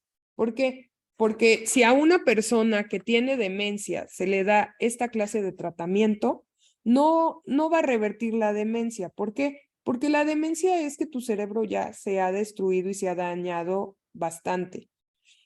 Entonces, ¿esta terapia para quién va? Va para aquellas personas que se les detecta, por ejemplo, deterioro cognitivo leve, que es un paso antes de la demencia. Y muchas veces el deterioro cognitivo leve pasa inadvertido, ¿eh?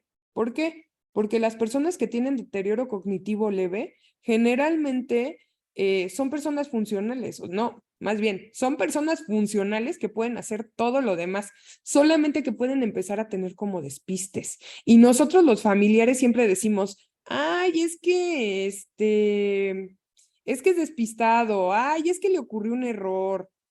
Y entonces empezamos a justificar y a decir que son despistes y además tenemos esta falsa creencia que envejecer es perder nuestras, pues sí, nuestras capacidades cognitivas.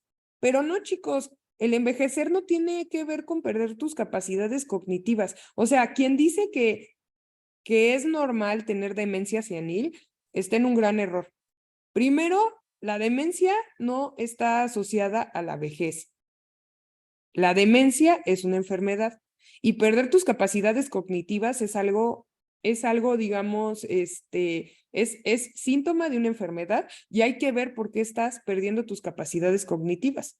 Pueden ser muchas razones, puede ser depresión, puede ser un problema metabólico, puede ser un problema de deficiencia de vitamina B6, puede ser que tengas, por ejemplo, un tumor y puede ser Alzheimer. Entonces, si nosotros tenemos a un abuelito que empieza a perder sus capacidades cognitivas y vemos que se le empieza a ir la onda, empieza con despistes, es momento de llevarlo con el psiquiatra geriátrico a que le haga las pruebas y ver si no tiene deterioro cognitivo. El deterioro cognitivo es un paso antes de la demencia, que es cuando uno ya pierde, digamos, sus capacidades cognitivas y entonces pierde su independencia. Y esta clase de medicamentos es muy bueno. ¿Por qué? Porque tú puedes tener deterioro cognitivo y te dan este medicamento y entonces la enfermedad se para. ¿Por qué? Porque en realidad quien está matando a tus neuronas son estas placas beta-amiloides.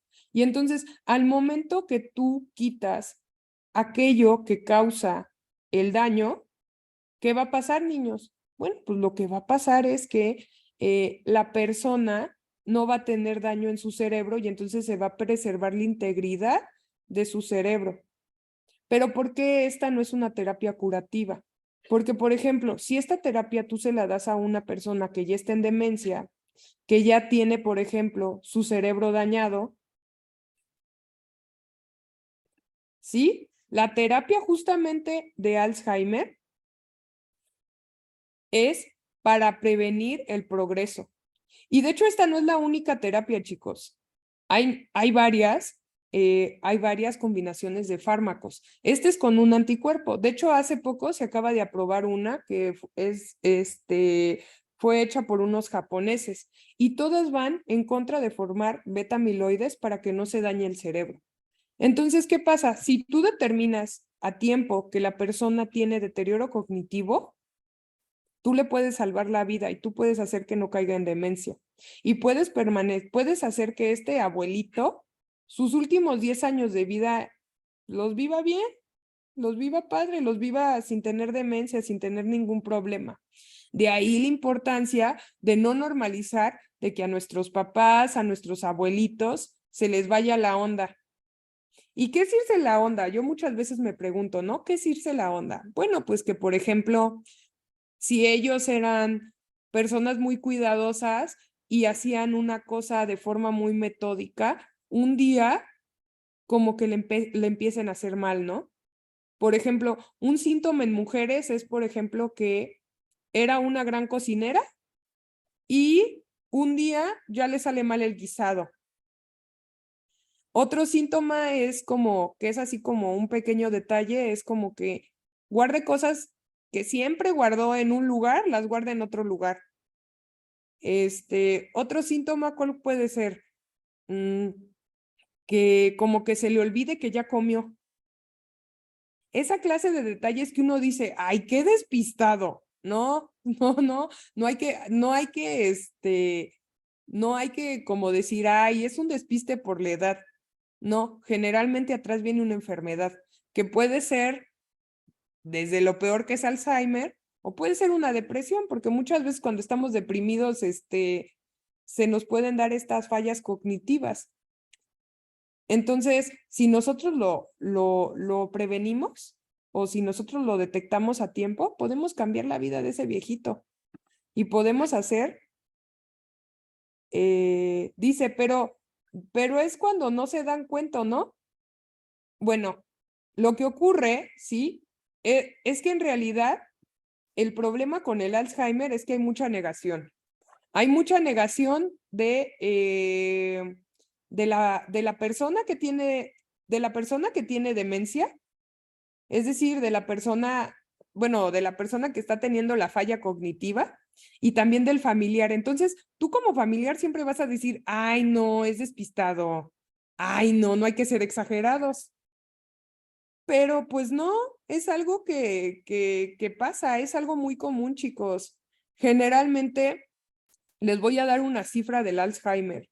Generalmente en México, el 90% de los pacientes con Alzheimer no son diagnosticados nunca.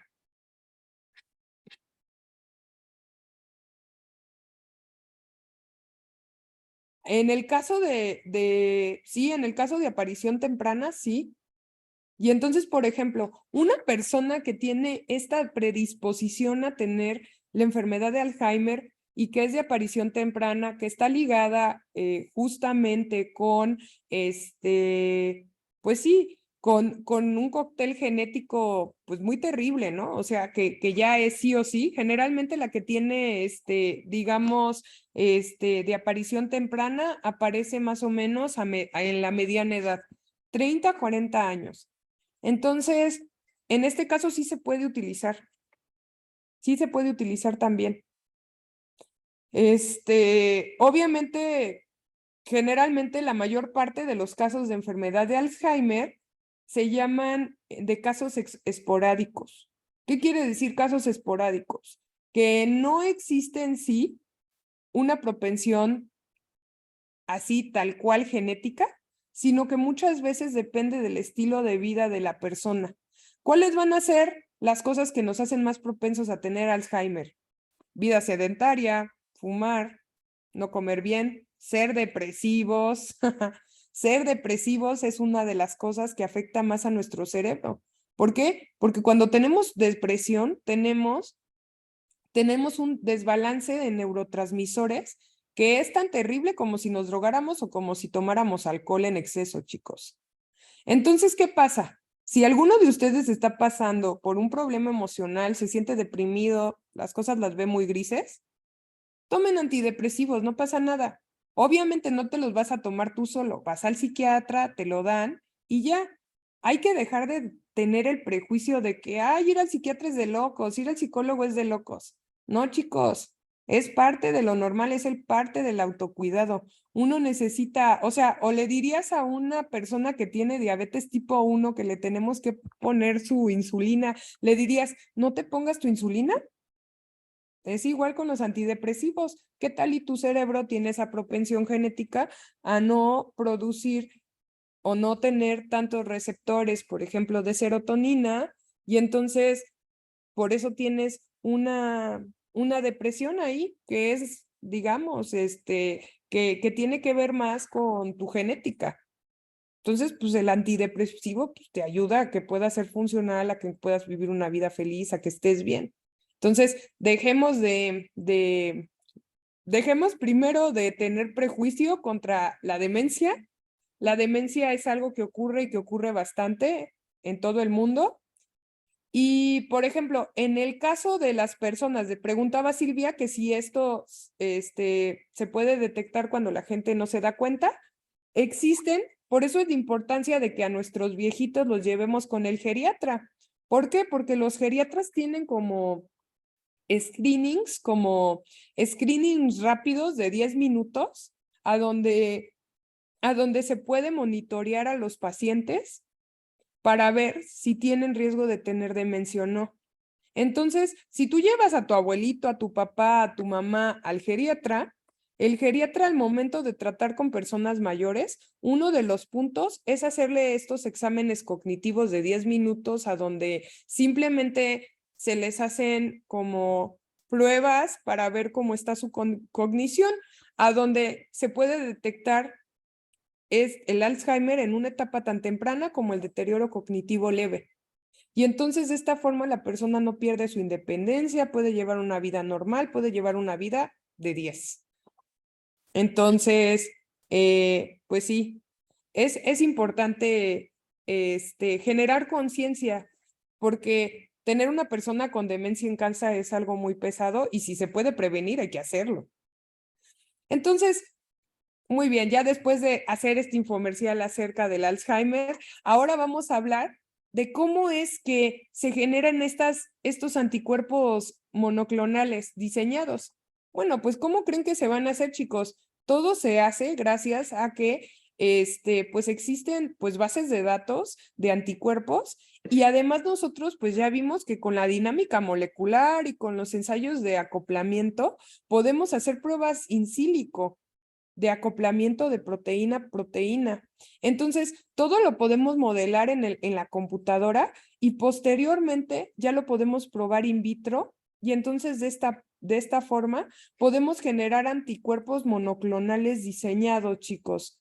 Y finalmente, bueno, pues ya se pueden hacer librerías de estos anticuerpos y ya probarlos in vivo. Entonces, generalmente la tecnología de anticuerpos recombinantes, pues se basa en modelar las regiones variables. ¿Cuáles son las regiones variables? Pues las que se van a unir a los epítopes, chicos. Entonces, por ejemplo, ya nosotros sabemos que hay regiones como son estas regiones que les estoy mostrando que parecen manitas, que sería la L2, la L3, la L1, la H1, la H3, la H2, que estas regiones son las que se van a modelar y se modelan en la computadora, así como los arquitectos. Nosotros los ingenieros en proteínas lo que hacemos es modelar estas regiones, cambiando la secuencia de aminoácidos y viendo qué estructura toma. Y luego, con la computadora, podemos hacer ensayos de afinidad, como se hacen en el caso de los dockings, pero en este caso hacemos docking proteína-proteína. Entonces, vean, por ejemplo, lo que se hace es, se modela, por ejemplo, la región H3 y entonces de esta forma se puede obtener, digamos que simulaciones que te digan el cambio, digamos, de ángulos que hacen de esta forma que interaccionen con el antígeno de interés. Entonces, de esta forma podemos crear antígenos que son diseñados específicamente, anticuerpos diseñados que específicamente al antígeno. Entonces, ya se sabe que existen ciertas secuencias que van a predecir la orientación de las cadenas LIH, que son muy importantes para, digamos, la unión de los antígenos anticuerpo. Fíjense, aquí está, ¿no? Cadenas LIH, entonces, como ya se saben cuáles son las reglas para que se muevan esas cadenas y puedan interaccionar con el antígeno, nosotros en la computadora podemos generar muchos modelos y seleccionar solamente aquellos modelos que van a dar una buena unión. Y vean, incluso existe algo que se llama CAPRI. Esta CAPRI es una comunidad a donde lo que nosotros hacemos es evaluar la unión proteína-proteína en ensayos in silico de acoplamiento. Entonces, fíjense, ya existe la tecnología para predecir más o menos con un 50% de fiabilidad si ese anticuerpo modelado se va a unir de forma súper específica y súper eficiente al antígeno. Y entonces así eliminamos un montón de cosas, chicos. Entonces, ¿qué hace? ¿Qué hacen estas personas que diseñan anticuerpos? Pues modelan en la computadora diferentes variantes del anticuerpo y luego ya se quedan, no sé, con 10 anticuerpos que sí van a que los vas a poner a interaccionar ya in silico. Produces el anticuerpo ya in vitro. Y luego ya haces las pruebas in vitro para ver si se une. De esos 10 anticuerpos que tú diseñaste, 5 sí se van a unir bien. Lo cual, imagínense, antes era prueba y error. Ahora, de cada 2 anticuerpos que tengas, uno sí va a funcionar. Y entonces eso abarata los procesos y además los hace más eficientes. Y además si surge un nuevo antígeno, pues lo puedes modelar. Puedes modelar el anticuerpo. Y entonces puedes tener un anticuerpo que es sumamente eficiente. Muchísimo más rápido que antes. Entonces, vean, en esta comunidad CAPRI, lo que hacen es predecir la unión antígeno y anticuerpo. Y entonces, ellos lo hacen midiendo en la computadora todas las contribuciones energéticas. Es decir, esta unión antígeno-anticuerpo, se miden todas aquellas energías de unión y también se mide la energía de estabilidad. Entonces, mientras más baja el delta G, ¿qué va a pasar? Bueno, pues va a ser muchísimo más estable. Y ya después se pueden evaluar ya de forma experimental las mutaciones individuales en su potencial electrostático.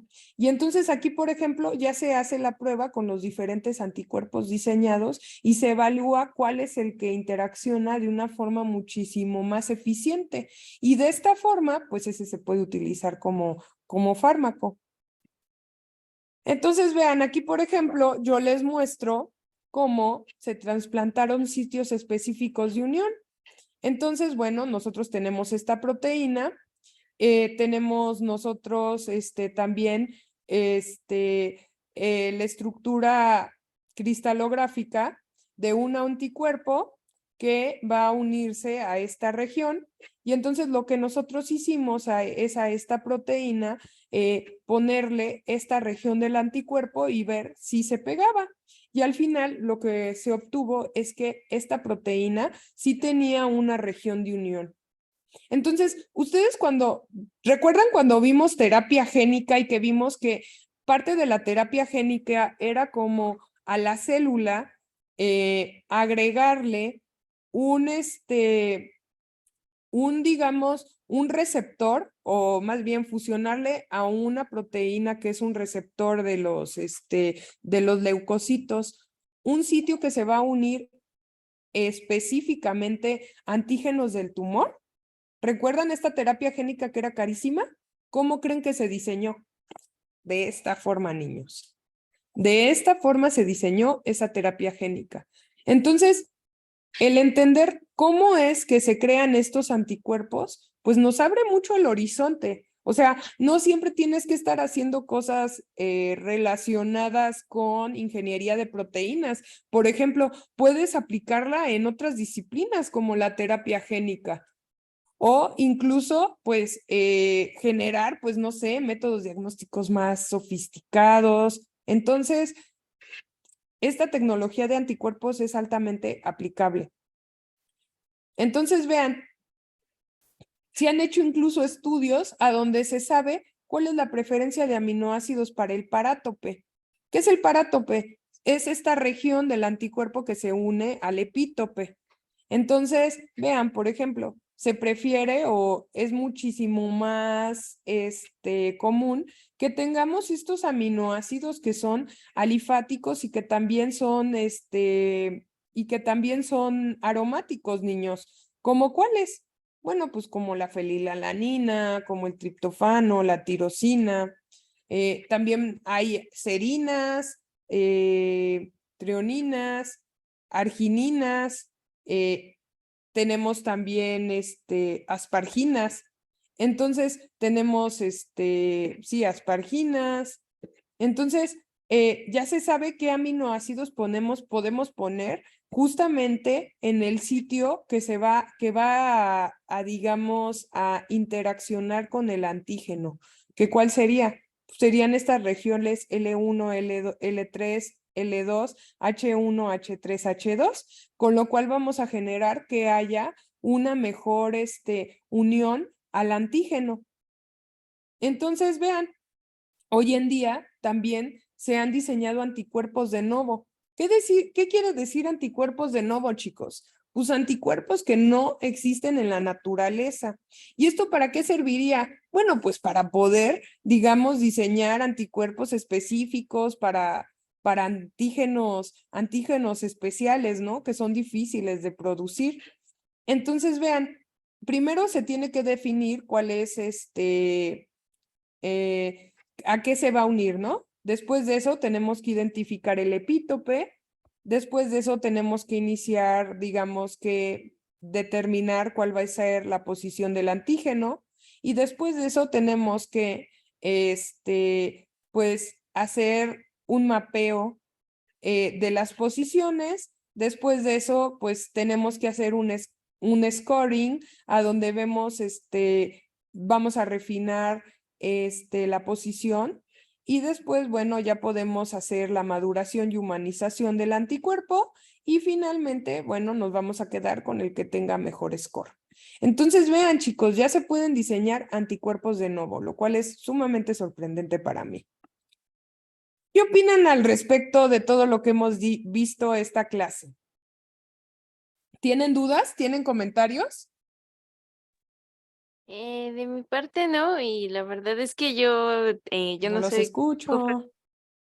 yo la verdad, bueno, me impresionó mucho, yo no soy QFB, pero el conocer todas estas nuevas formas de cómo se producen es impresionante y me gusta mucho descubrirlo, es un tema totalmente nuevo para mí, entonces como que lo entendí, pero no tengo dudas al respecto.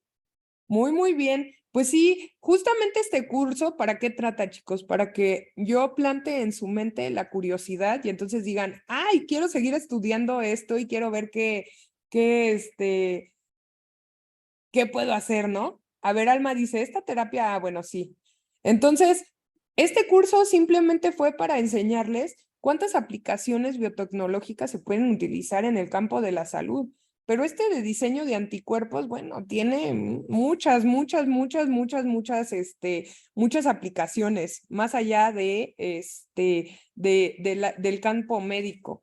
Pero es impresionante cómo ya llegamos a ese punto en el cual ya sabemos las reglas físico-químicas de cómo una proteína se puede plegar y de esta forma, esta proteína funcional, que es un anticuerpo que ya sabemos que tiene esta alta capacidad de interaccionar con ciertos epítopes, puede resultar ser una terapia bastante buena contra muchas enfermedades.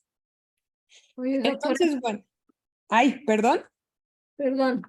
Entonces, se podría asumir o concluir que las terapias de anticuerpos monoclonales tienen más ventajas que las terapias farmacológicas tradicionales. Pues sí, porque son súper específicas. Y bueno, también depende, ¿no? Por ejemplo, muchas de estas terapias, ¿para qué se utilizan? Se pueden utilizar para bloquear, ¿no? O sea, muchas de ellas, de estas terapias se usan como bloqueo de receptores, bloqueo de señales. Por ejemplo, nuestra célula, ¿cómo funciona? Gracias a la transducción de señal. Entonces, para que haya transducción de señal, generalmente tiene que haber receptores y receptores activados. Entonces, imagínate nada más el potencial. Muchas enfermedades están relacionadas con problemas en la transducción. Entonces, por ejemplo, si tú tienes hiperactivado un receptor, como puede ser en el caso de los cánceres, ¿no? Que hace que sin que exista este estímulo externo, que puede ser un estímulo hormonal o del ciclo celular, hace que las células crezcan de forma desproporcionada, pues puedes bloquear esos receptores y entonces puedes controlar el crecimiento celular, ¿no? Hablando de cáncer. Y de hecho sí, muchas de estas terapias de anticuerpos, si te fijas, a ver, si vemos ahorita los medicamentos que ya están como aprobados, generalmente están relacionados con cáncer. Con cáncer o con enfermedades autoinmunes. Es Entonces, precisamente, sí, es una enfermedad muy común, como en el caso de la osteoporosis, que es cuestión hormonal. ¿Es mejor entonces una terapia de anticuerpo monoclonal?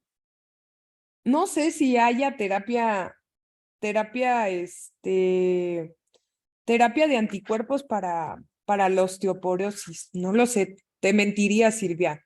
Pero pues es que depende cuál sea el mecanismo de acción de la osteoporosis, ¿no? Tendríamos que investigar bien cuál es el mecanismo y que si este mecanismo está relacionado con que se está, por ejemplo, activando una vía de forma descontrolada, pues tal vez una terapia de anticuerpos sí sería útil, ¿no? A ver. Entonces, tendríamos que checar. Es que de hecho es desorción, hay una desorción en lo que es todo el ciclo de absorción del calcio en el hueso.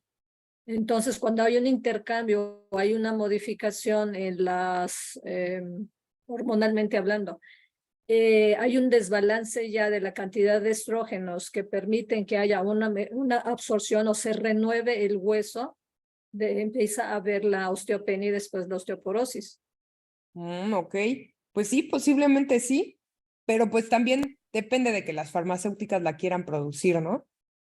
Pero sí, porque de hecho sí, ¿no? A estas mujeres, ¿qué se les da? Se les da terapia hormonal, pero no todo mundo puede ser sujeta a terapia hormonal. A ver, dice, profesora, ¿puede regresarle el slide donde trasplantaron sitios específicos de unión? A ver. A ver. Es esta, ¿no? O sea, se trasplantan, chicos, se trasplantan los sitios activos y entonces lo que se ve, ¿la terapia de anticuerpos se podría utilizar en alergias alimentarias? Seguramente sí. Bloqueando, pues, bloqueando como pues los antígenos, ¿no? También, por ejemplo, se podría utilizar como tipo antivenenos, ¿no? Muchos de los antivenenos, ¿cómo funcionan? Pues son anticuerpos, niños, son anticuerpos y entonces, ¿qué se hace? Son anticuerpos neutralizantes. Entonces, sí se podría utilizar.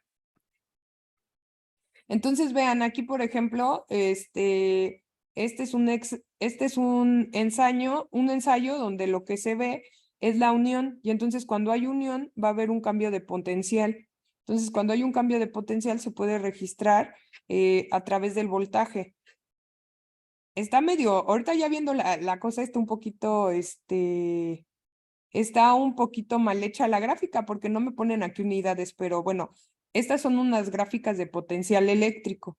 Entonces, cuando hay un cambio de potencial, va a haber una unión. Entonces, sí, chicos, sí se puede hacer. Miren, vean, se trasplantan sitios específicos de unión. Bueno, y esta es nuestra penúltima clase. Para la siguiente, el fin de semana les voy a pedir que todas sus tareas en un conglomerado PDF, o sea, en un solo documento, me lo van a mandar, pero yo voy a hacer voy a hacer un form para que ahí me suban la tarea, ¿vale? Para que para mí sea muchísimo más fácil de hacerlo y de revisarlo. Entonces, ¿qué vamos a ver la siguiente clase? Ya es nuestra última clase, el día martes, y vamos a hablar de ensayos clínicos, de cómo se aprueban y qué es todo lo que se requiere para que un ensayo clínico se pueda llevar a cabo, ¿vale? Entonces, pues, hasta aquí llegó la parte de biotecnología. Ya la siguiente ya es un poquito más como de regulación y de ver cómo es que todas estas terapias y nuevas terapias se aprueban. Entonces, por mi parte ha sido todo, chicos. Los veo la siguiente semana. Por favor, estén atentos. El fin de semana, no me comprometo que hoy, pero el fin de semana voy a hacer el link para que me puedan subir sus tareas, ¿vale? Pero yo sigo teniendo dudas con la tarea, la última, en ¿Cuál donde es la última? es en la de la secuenciación. La de secuenciación. ¿Qué te pedí? Ya no Sí, recuerdo. ahí lo que yo entendí es que nos diste las dos secuencias y hacer todo lo que viene en el tutorial para ver la secuenciación y practicar el PIMOL y todas las plataformas. Ah, sí. Sin embargo, yo tengo en mis notas que además, primero debemos de identificar a través de todo esto la secuencia de la proteína para saber qué enfermedad es. Yo ya le estuve intentando por todos lados y nomás no la encuentro. Pero por otro lado, decías que hiciéramos también así lo entendí, que hiciéramos una enfermedad mendeliana. Sí. Y buscáramos la secuencia. Yo he estado también buscando, como realmente yo no soy del área de biotecnología, de lo que he estado encontrando y buscando, pues realmente cada que lo trato de meter al FASTA, pues, y demás, obviamente me aparecen cosas muy largas. He intentado de varias enfermedades y son cosas así demasiado largas y al final incluso la plataforma marca como error, ¿sí? Entonces, pues la verdad, yo no soy de las gentes que me guste darme, ¿sí? Soy muy perseverante, insisto, pero no la he encontrado. Bueno, si quieres, yo te doy una secuencia de una enfermedad genética y ya, ¿vale? Okay. Sí, Más porque fácil. de verdad, y No te mira que me preocupes. encanta todo esto y me encanta aprender, pero no. Bueno, no te preocupes. Entonces, Silvia, a ti te lo mando. Mándame un mensaje privado Sí, y entonces, para que yo sepa, pero te lo voy a mandar el fin de semana, porque la sí, verdad claro. es que estoy llena de clases. Entonces, o sea, si te digo que el viernes, no lo voy a hacer el viernes, esa es la verdad. Entonces, pues bueno, pórtense bien y nos vemos la siguiente clase. Sí, cómo no, muchas gracias. Muchas Hasta gracias. luego. Hasta luego, Gracias, maestra. hasta luego.